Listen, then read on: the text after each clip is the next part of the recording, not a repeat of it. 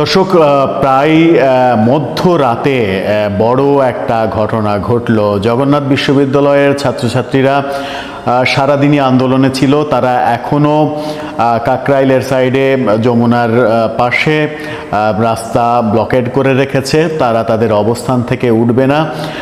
শতাধিক ছাত্র আহত হওয়ার ঘটনা ঘটেছে, শিক্ষক আহত হয়েছেন।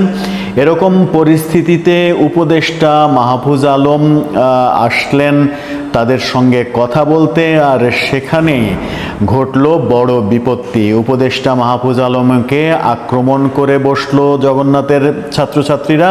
তার দিকে, তার মাথায় বোতল ছুঁড়ে মারল তারা। এই ঘটনাটা আজকে রাতেই কিছুক্ষণ আগে ঘটেছে। এই ঘটনাটা বলে দিচ্ছে বাংলাদেশের আইন শৃঙ্খলা রক্ষায়, সার্বিক পরিস্থিতি রক্ষায় সরকার পুরোপুরি ব্যর্থ হচ্ছে।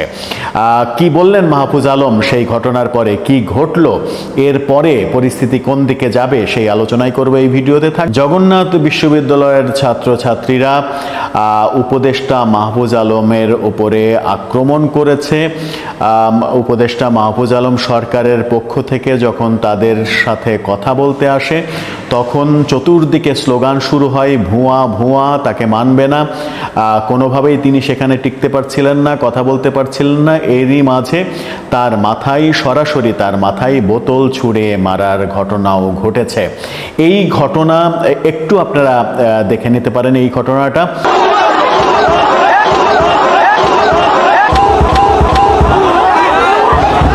এরকম ঘটনা বাংলাদেশে সাম্প্রতিক সময়ে আর ঘটেছে কিনা, সাম্প্রতিক অতীতেও এরকম কোনো ঘটনা ঘটেছে কিনা, কোনো সিটিং মিনিস্টারকে এ ধরনের আক্রমণের ঘটনা ঘটেছে কিনা, সেটা খুঁজতে হলে ইতিহাসে অনুবীক্ষণ যন্ত্র লাগিয়ে বোধহয় খুঁজতে হবে।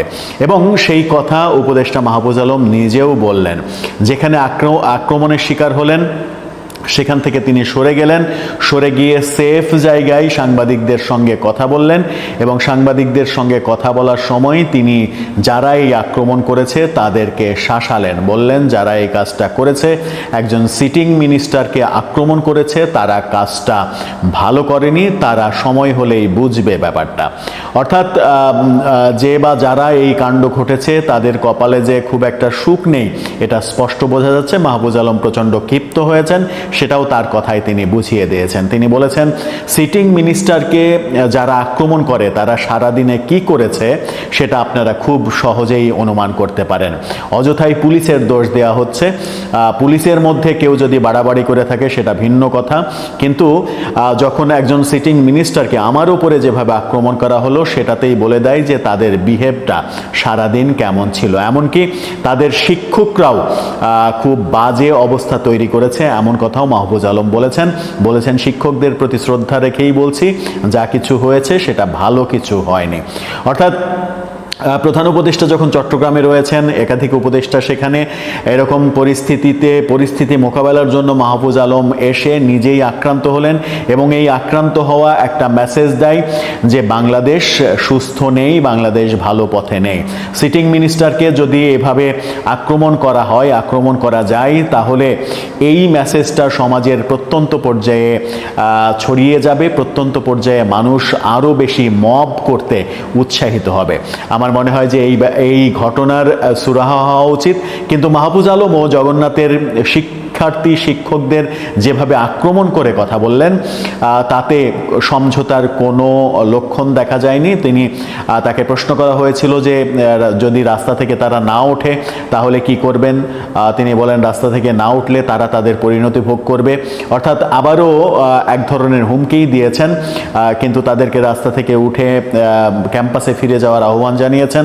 বলেছেন তাদের দাবি এই রাজপথে দাঁড়িয়ে সমাধান করা সম্ভব নয়। তাদের বাজেটের দাবি, বাজেট পাশ হতে হতে জুলাই মাস, সেই পর্যন্ত তাদের অপেক্ষা করতে হবে।